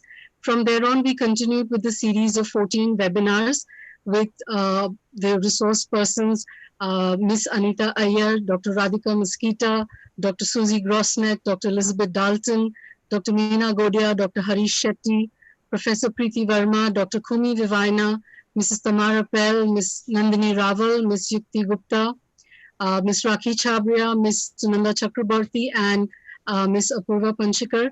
Felt a little strange to take my name, so I have not, but I was one of the resource people. Thank you very much to all of you for taking out time from your busy schedule and, being here to share your knowledge with us and to motivate and encourage us to go beyond and push ourselves and make us better than what we are today. I also have to make a very special mention of Dr. Elizabeth Dalton, Senior Consultant for Dalton Education Services International, Director Emeritus of Development and Research for Teach Access of RI, Dr. Susie Grossnet, Clinical Associate Professor in Learning Design and Technology in the College of Education at the University of Houston, Texas, USA. Both of them will be joining us again in December 2020 for a workshop on UDL. Please do keep an eye out for that. It would be very remiss of me here if I didn't acknowledge our outreach partners, Teachers Help Teachers. We wouldn't have been able to conduct these series of webinars without their support. Thank you so much to Ms. Rakhi Chabria, the founder of THT, that is Teachers Help Teachers. We look forward to many such future collaborations. Thank you very much to Yukti for taking over, while the voice was down. So that brings us to the end of our valedictory celebrations. Thank you for everyone for being a part of this session with us. We now move into our second celebration for the day, which is our Teachers' Day celebration. And we're going to take this opportunity to honor our senior teachers who've played a significant role in the development of the Department of Special Education. I would like to extend a warm welcome to Dr. Yashuben Mehta, Professor Smriti Swarup, Professor Rubina Lal, and Professor Preeti Verma. Really, disappointed that Dr. Dharmishta Mehta couldn't join us today. She is one of our senior most professors of the department. I'd like to hand over the stage to Ms. Shobha Shetty right now to commence the program of honoring our special guest. Thank you, Ms. Shetty. Am I audible? Yes, ma'am. Very much, okay. Very much. On the onset, let me tell you all that how honored I am that you all have asked me to share my experiences and my association with the department and pay tribute to all those esteemed stalwarts who have inspired us and led us to our future in the field of special education. My journey with the college has continued for the past 40 years. I do not know how many of you present here owe their past and their present to these stalwarts, but for those who have, what I say here about their inspirational roles in our lives will all resonate with you all. It all began with Dr. Yashuben Mehta, under whom I did my B.Ed, an important turning point in my life. She was my first guru. A small, petite, very soft-spoken woman who soon loomed large as a giant in the mammoth task she expected us to undertake. She started the course in special education in times when special education was not heard of much. I think it was the first of its kind in India, at least, if not in Asia. She was inspired to start the course in time when there were no models to follow. With very little infrastructural support, she pursued the start with somewhat of a fanatical zeal for this. I'm sorry for the choice of words, but we were petrified of her because she expected nothing less than commitment from us. But with the effect that by the end of the course, we were so confident that we could stand up as an experts in the field. She not only taught us what we know about special education, she also gave us, she always invested in building up our characters. She made us confront our weaknesses and try to overcome it. She is in her late 80s. I'm sorry, Yeshubin, but she doesn't know the word of what retirement is. She is still working, connected to all her students, knowing each one, guiding them still, mentoring them, and continues to be attached and linked with us throughout. Thank you for all things you have blessed us with, and I hope you continue mentoring all of us. Now I eagerly move on to the next inspiration in my life, that is Professor Smriti Swaroop, under whom I did my master's degree. After taking the mantle from Yashuben Mehta, she had large shoes to fit, but soon proved she was second to none. She soon impressed upon us with her dynamism, well equipped with the tremendous knowledge she had of her field.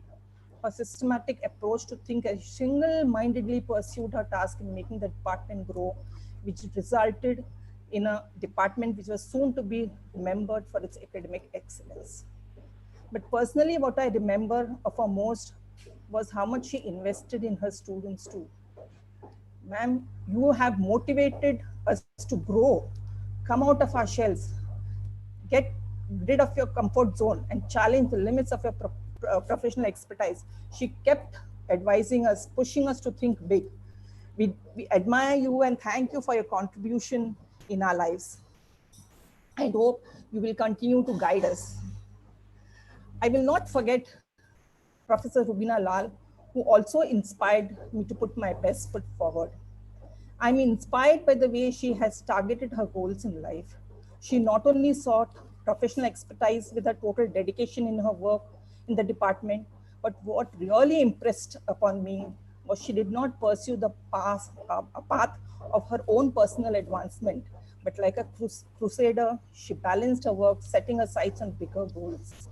That was empowering student teachers, parents, and most importantly, students with disabilities. Broad shoulders to have taken on so much. Untiring in your efforts, but what made a lasting impression on me was your humane side of your persona. In spite of being so well known and acknowledged in the field, you have always accorded me the respect of being considered as an equal. I remember once I was expressing regret over how I had missed so many opportunities in my life. And you promptly reminded me of my work, which you said you admired, and reminded me of how much I had achieved. If you can consider others' efforts and see above your own body of work and acknowledge them as is the real mark of a true leader. I learned how to be humble, Dr. Rubina. You are a wonderful person and I'm fortunate to have known you. Finally, I have to speak about Dr. Verma, Professor Verma. I regret I had very little interaction with the department after you took over. Busy with my own organization, blocking everything happening around me like a frog in my own pond attitude, which I purposely mention here as having a tunnel vision is not something which leads you to greatness achieved by these leaders. But our paths have crossed many a times, and you have shown me a facet of leadership from which I have learned from. You came across as a leader who was always courteous, reachable, very approachable. You were open to dialogue, carefully listening to what we have said, giving us messages that you valued our opinion and respected us for it. This demonstrates of your interest in truly connecting with people. A very humbling experience knowing you, Dr. Verma. I salute you all for being the inspiration to so many of us. You have created a force of special educators who have spread their wings all over the world and have been acknowledged internationally. But it is all because of the foundation you have laid in them. I salute you all for being the inspiration. Now, coming to the end of my epilogue, but not before I congratulate you, Dr. Sujata Ban. I'm really in awe of you. You have energized the whole team of the department to come forth with an explosion of programs, one after the other, relentlessly, and to bring this knowledge to our, and especially in these times of COVID-like situation, using technology to get this class out of the classrooms to bring this knowledge to our doorstep. And so many inspired topics which expanded our knowledge base. I'm sure even now you are thinking, sitting there, what next? You're on fire, Dr. Ban, but please keep at it because you all have whetted our appetite and we are wanting for more. Yes. I congratulate you and wish the whole team all success in the challenging path you have set out on. May you grow from strength to strength. But now, lastly, if you just give me 30 seconds, I must not forget to acknowledge the contribution of SNDT University for creating history and leaving behind a legacy which has enlightened, uplifted, and empowered lakhs of women who have found their spaces all over the world. Further generations can only look back and carry on this legacy to benefit all mankind. Thank you so much for giving me this opportunity to acknowledge and salute these honorable stalwarts who have made such a difference in so many of us. Thank you. Thank you. Thank you so much, Ms. Shetty. I request Professor Sujata Ban to say a few words. Thank you, Shobha. That was so beautifully put. I really am falling short of words now. What do I say? But anyway, it's a great privilege for me to welcome our great former faculty of Department of Special Education on this auspicious occasion of Teachers' Day. Well, it's not exactly today, but we treat this month as auspicious. Guru Brahma, Guru Vishnu, Guru Devo Maheshwara. Guru Sakshat Param Brahma Tasmai Shri Guruve Namaha. Such is the significance of gurus depicted in our scriptures, and each one of us will agree that we have had at least one such guru who has shaped us. I have been very lucky to have worked with or worked under all the esteemed teachers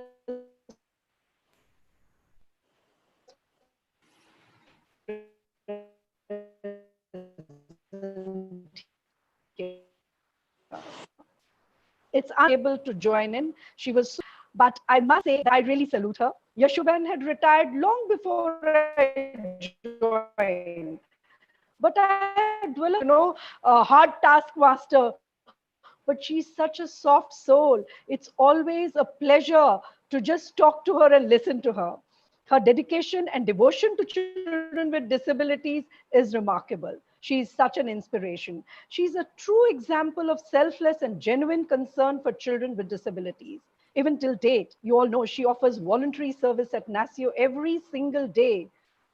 Being the founder director of the department, I'm sure it must not have been easy for her.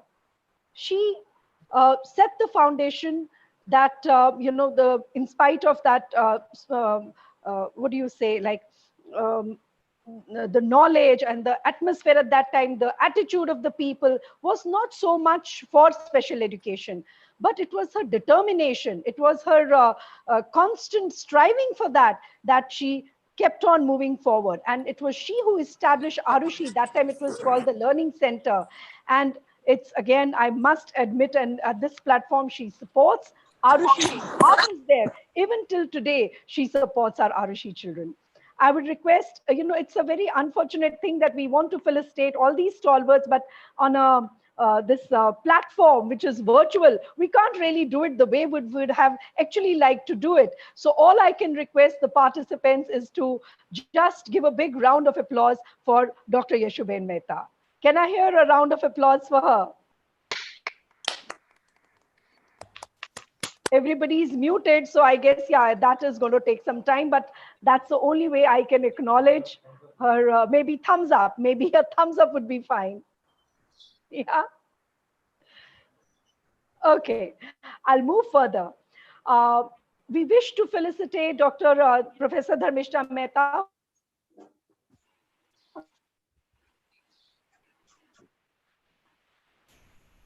who nurtured each and every student, and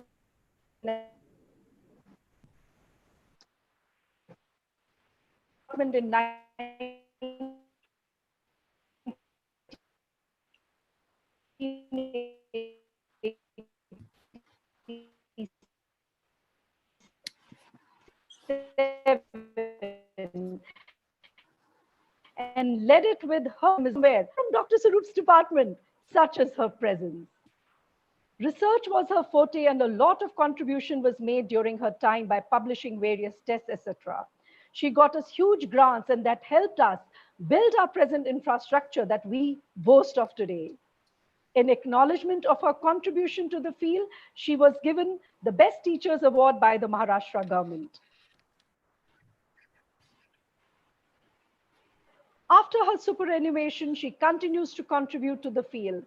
Just today, she was invited speaker at NCRT to deliberate on NEP. I attended her session and was once again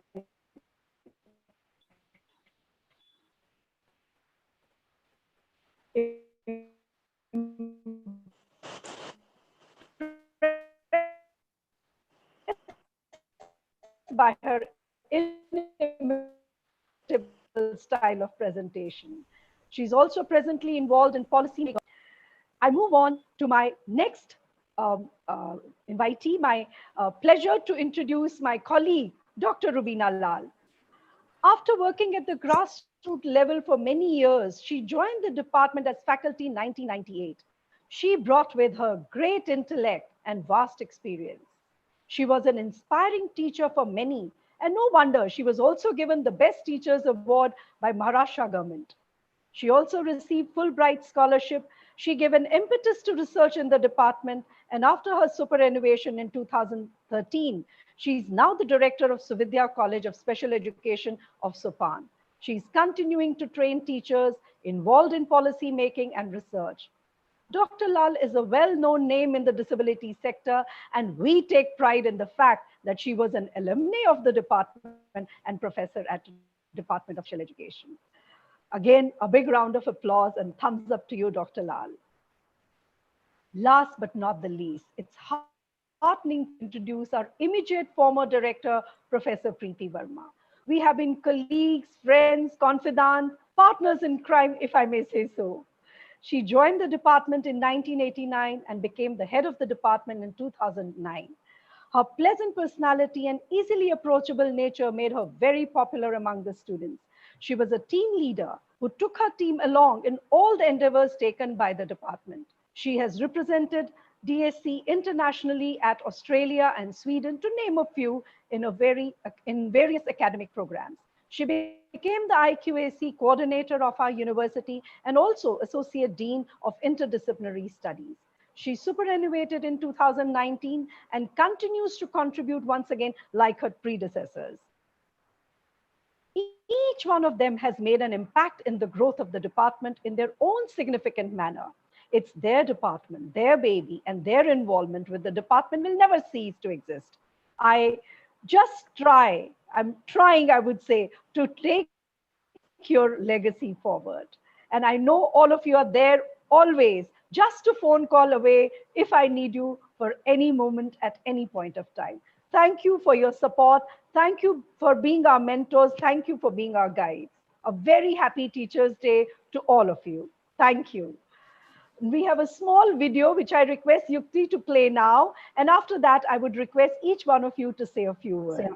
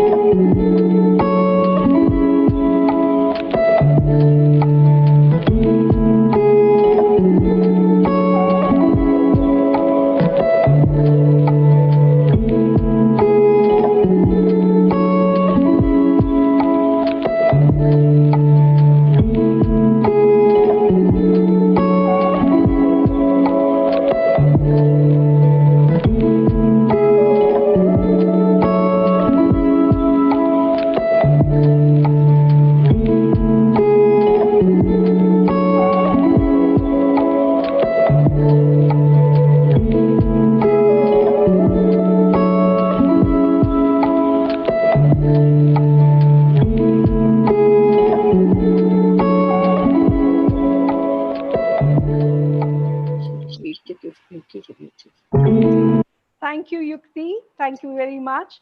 It is this COVID which puts restrictions on us to show our love towards you the way we would have actually liked to do so. But I'm sure you will appreciate our sentiment and our limitations in the present circumstances. I request now Dr. Swaroop to say a few words, please.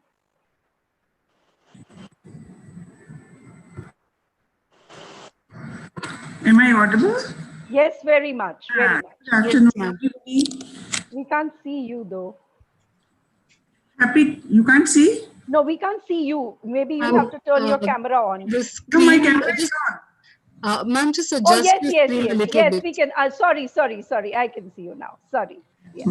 Rubina Lal. Oh, Dr. Lal, happy Teachers Dr. Day. Lal, can we see you as well? We can't Yes, see. We yes, can't see her. Yes, yes. We can't see them. Now we can see all of them. No. You can't? But I can see them. Shobha, just check at your end, because if I can see, that means they're all with their cameras on. Yes, ma'am. We can see Dr. Swaroop and Dr. Lal and Dr. Verma. They're there. And yes, Dr. Swaroop. First of all, Teachers Day to all of you. And a special thanks to Dr. Bhan, Shobha. I prefer, instead of calling Dr. Shobha Shetty in the making, I would prefer calling her Shobha for saying such nice words about me. I really don't know whether I really deserve these words or not. But it's always so overwhelming to see your own students excelling you and crossing all bars. All of you who have been with me and who have been associated and who were there in the department and are still there in the department, I really feel that I have become a great grandmother too. But whatever you have said, I feel that it can never be a single person's effort. It's always a teamwork, and I'm glad Dr. Bhan is doing the same thing. She has a wonderful team of people. And just for the information of the audience, I would like to say that the Department of Special Education for 3 times was awarded Best Department of the University because of the teamwork that we had. They said, if whatever you say, all your faculty, all the members of the department talk in the same language. That shows that how cohesive the group is. So that used to be a very big reward for all of us. And that was also very motivating for us to continue with whatever we were doing. When I became, I was given the responsibility of the department. I had a huge responsibility because there were, as it was mentioned by Shobha, there were no models for us. I had to take it further, take the department further, whatever Dr. Yeshuven Mehta had already done for setting up the department. But there was no limit to grow further and further. And I'm so glad that today the department is not only known in Mumbai, in India, but internationally people know the department, and the students and the people, the faculty is doing so well that they are on the international map. It really feels very good, and I take pride in saying that yes, I belong to this department. I am a part of DSE. I remember when RCI came in and I was given this responsibility. RCI Act was being developed. We had, and I'm thankful to the ministry, to the government for giving us that platform and listening to our voice. Our voice was heard, and SNDT was considered as the sort of an epicenter for developing everything, right from curriculum to the different syllabi, or everything. Without SNDT, no decisions were being taken. So that was the honor that we got at the national level, and I'm sure Dr. Bhan is now getting that honor at the international level, forget about national level. Thank you very much, Dr. Bhan. I mean, I can go on and on because it's been my bhumi, and whatever I am today, whatever I have been able to do is because of my experience with all of you and the contribution that you have made, each one of you have made to the field. Thank you very much. And the greatest thing is that all of you are still around me. Whenever I want to just call you, I don't look at the watch. Don't look at the time. I just pick up the phone and I call you up. And I don't think anybody has ever not responded to my calls. Thank you. It's a great, great, great feeling. And thank you very much, all of you, for being with me all the time. Thank you so much, Dr. Bhan. Thank you so very much for those touching words. We are there because of you, ma'am. We are there because of you. So we can never, ever forget that. Never, ever forget that. It's really over. And we are just there on bottom. Yeah, I know what the feeling is. I know what the feeling is. Thank you. Thank you so much. You're most welcome. Dr. Ravina Lal, so nice to see you here.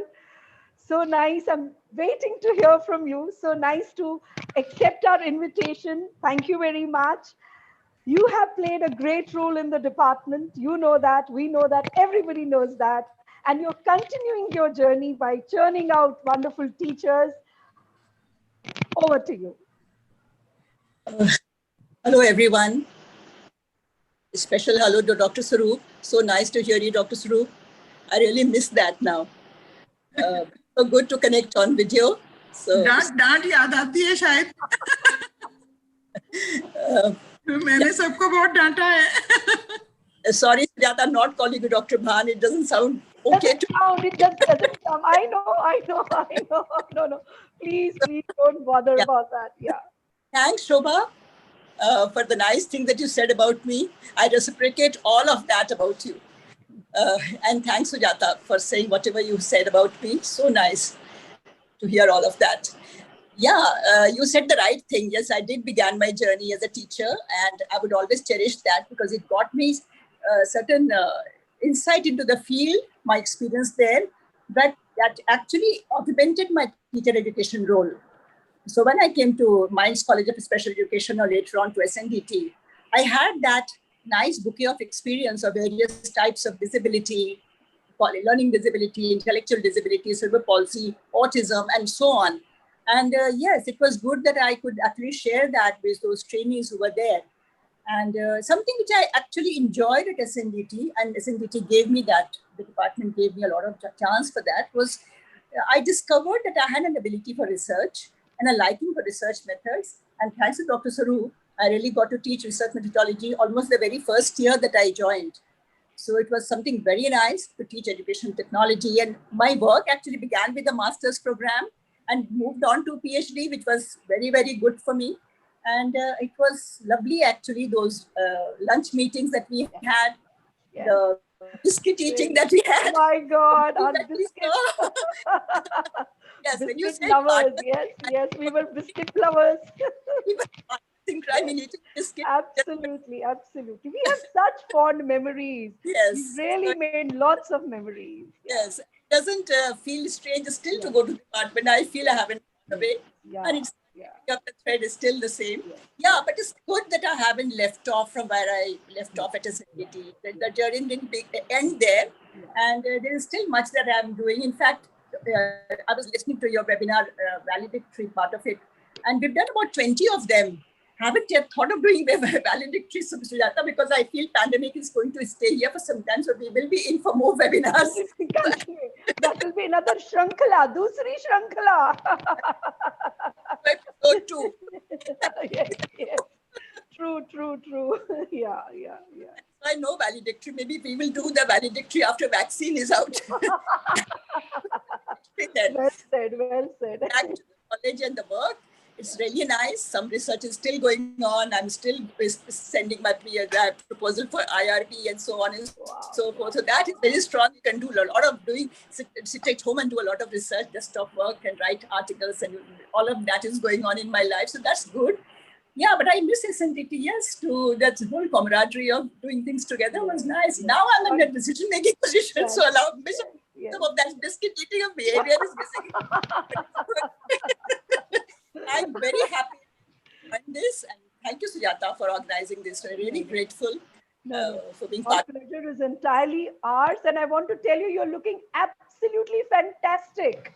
You're really looking gorgeous. Thank you so much. Cut my hair and left it all great. Yeah, it's looking very, very nice. I couldn't hold myself from saying that. Very, very nice, really. Thank you so much. You're welcome, and we will connect soon in our second shrinkala of webinars.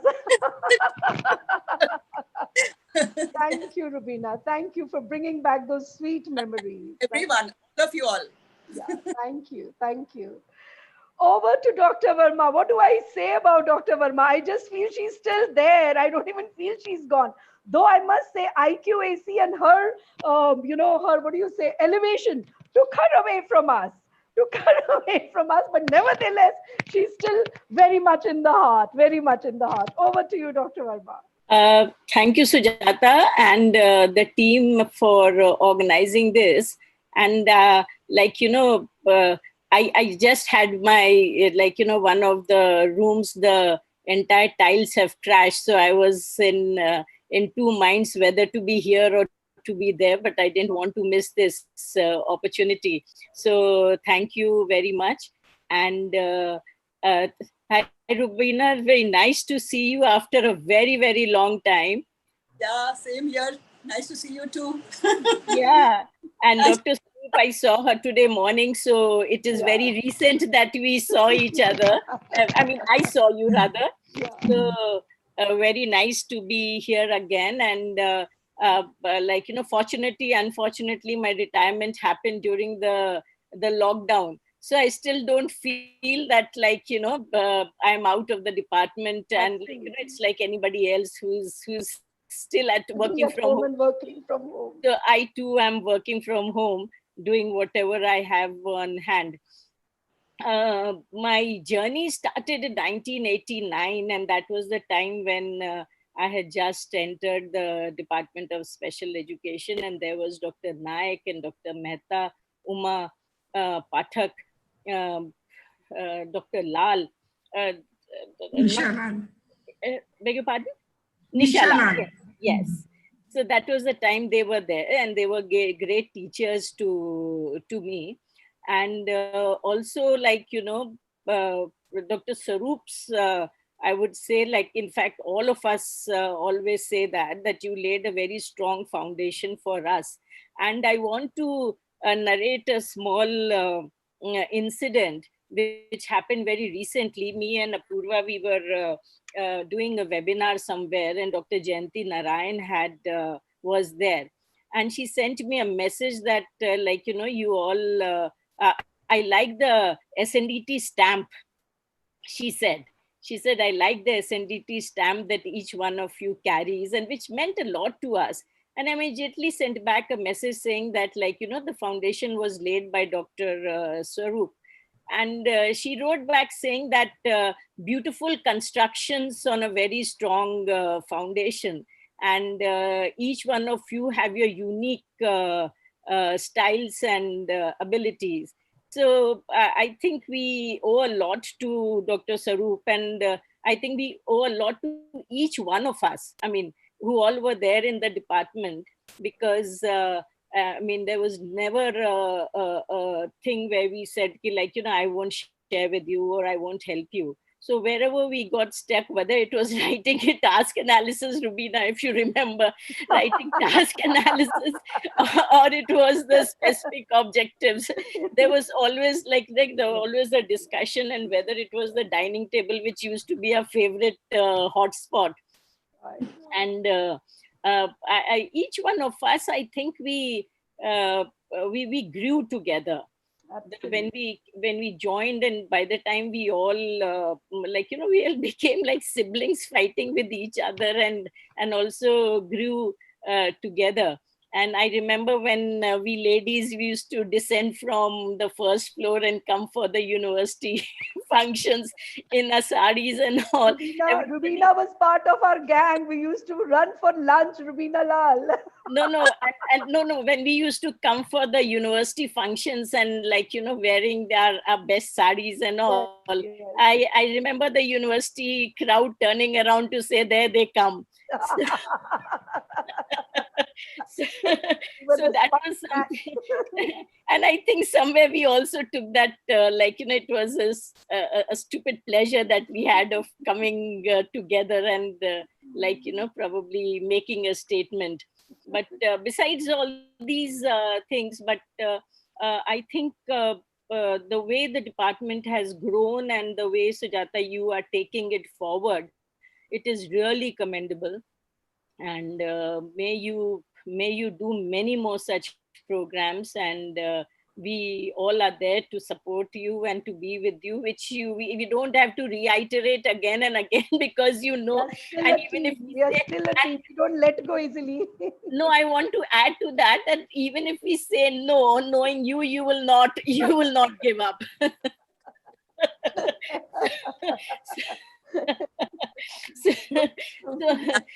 Rubina has something to say. Rubina, what are you saying? I can't hear you. Never say die. You say never say Sujata.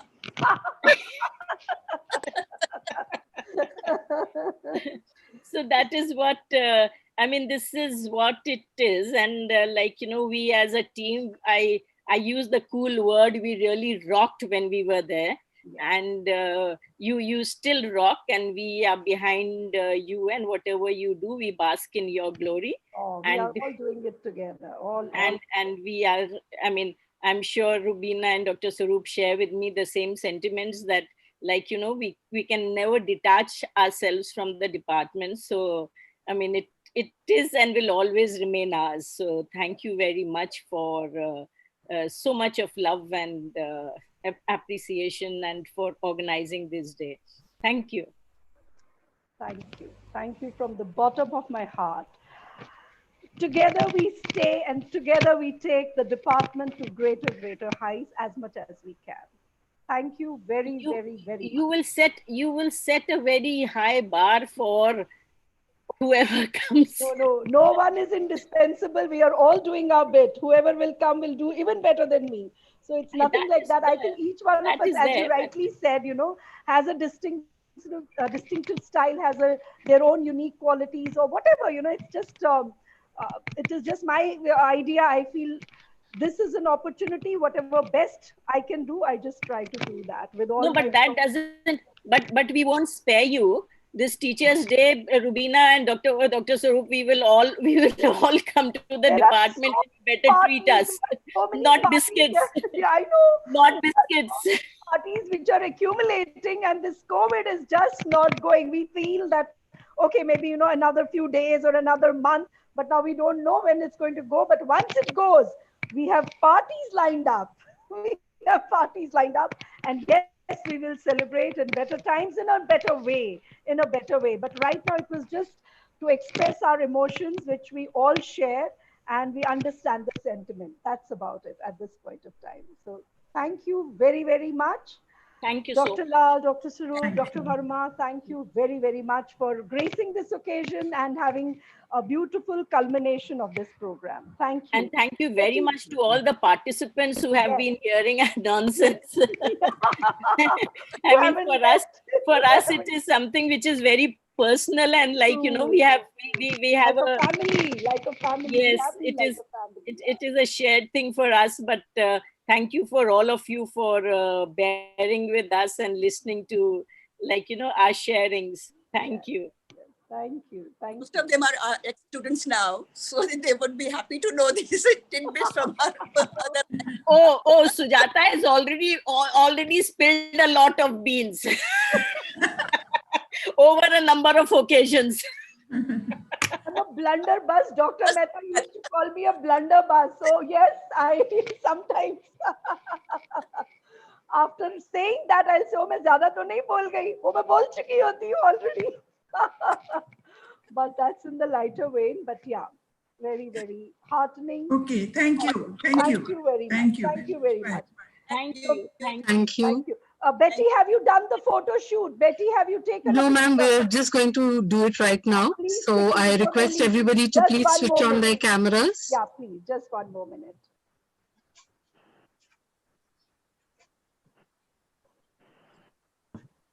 Tejal, Mr. Butla,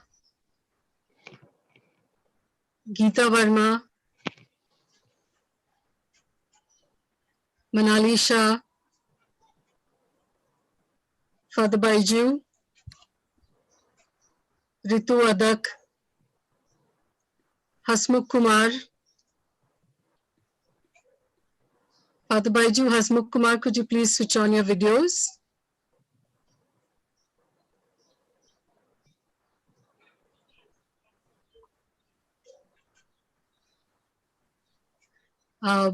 As usual, Yukti ma'am will be doing the honors for taking the photograph.